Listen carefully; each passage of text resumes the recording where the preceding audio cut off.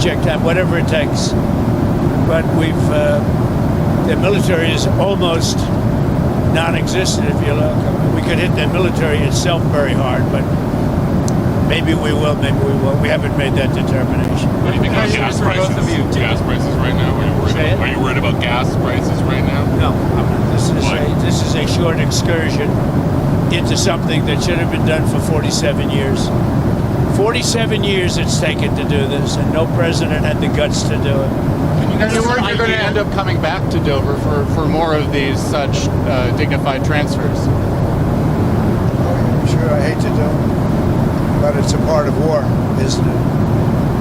Who are you with? The Washington Post. When you say it's a part of war? The deaths are part of war, yeah. It's part of war. It's a sad part of war. It's the bad part of war. Mr. President, did the United States bomb a girls' elementary school in southern Iran on the first day of the war and kill 175 people? In my opinion, based on what I've seen, that was done by Iran. Is that true, Mr. Hegseth? It was Iran who did that? We're certainly investigating. Still investigating. But the only side that targets civilians is Iran. We think it was done. We think it was done by Iran.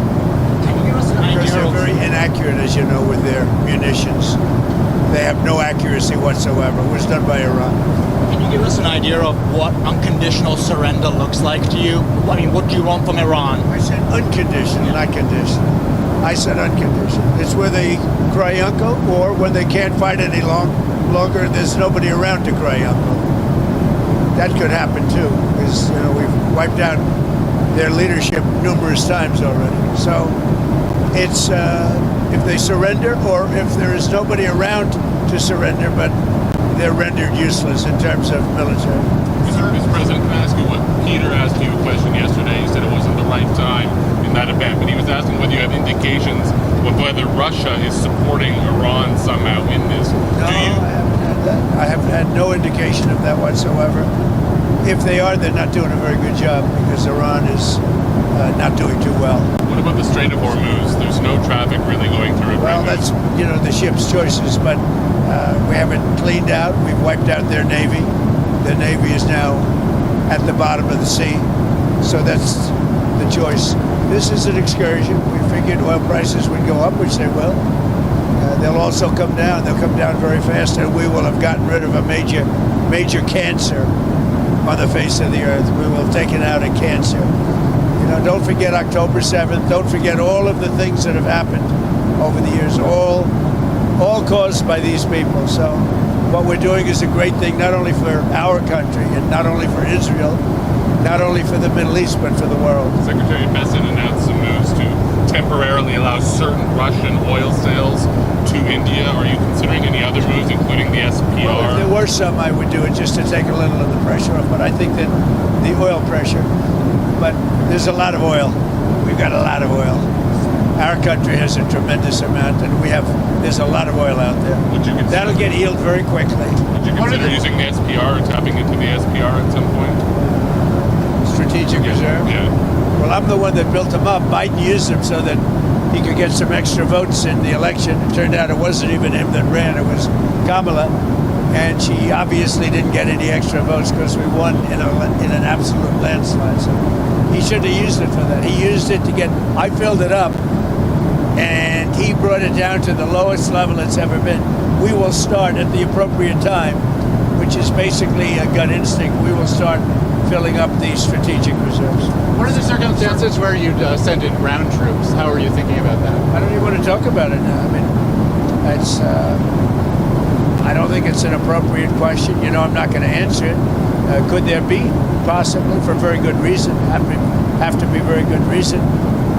And I would say if we ever did that, they would be so decimated that they wouldn't be able to fight at the ground level.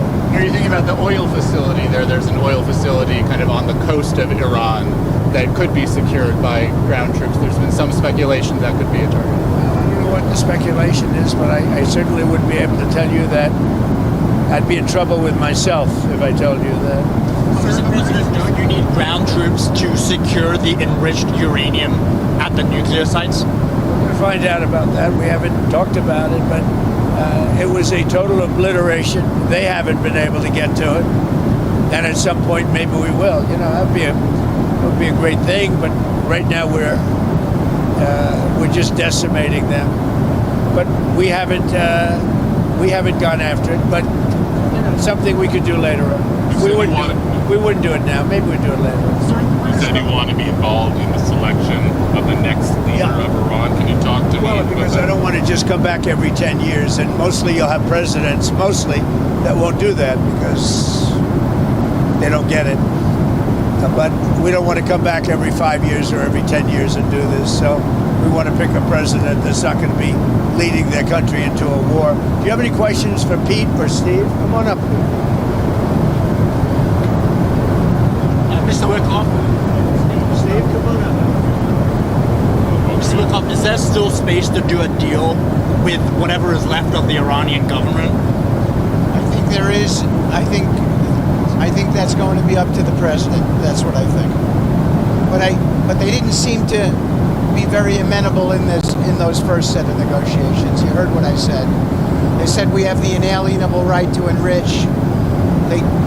They bragged about having 60% enriched fuel, enough for 11 bombs. And they told me and Jared, we're not going to give you diplomatically what you couldn't take militarily. So, I think they're going to need a change of attitude.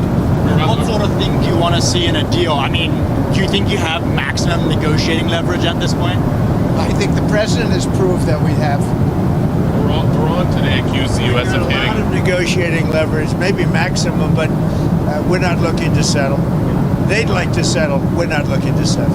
Iran accused The British government has now offered use of some. The British government has offered use of some bases now, and you had previously said you were very disappointed in them. The 2 aircraft carriers. I mean, about British bases, they See said. my response that I just put out? I just put out a response. Give me the offer to send 2 aircraft carriers. Maybe, but they're not sure. I just put out a response to it. I said, we don't need them. It's not the right time. It would have been nice to have had them 2 weeks ago, but the response I put out, I think, says it very well for you. Iran today accused the U.S. of hitting a desalination plant in Iran, and they said that might open the door to other strikes on infrastructure, non-military. Allow us to also open the door to other strikes against them. Can you respond to that allegation? Did the U.S. hit the desalination? They are among the most evil people ever on earth. They cut babies' heads off. They chop women in half. What they did, take a look at October 7th. Take a look at what they've done over the last 47 years. So I know nothing about a desalinization plant other than to say, if they're complaining about a desalinization plant, we complain about the fact that they shouldn't be chopping babies' heads off, okay? Mr. Wickoff, have you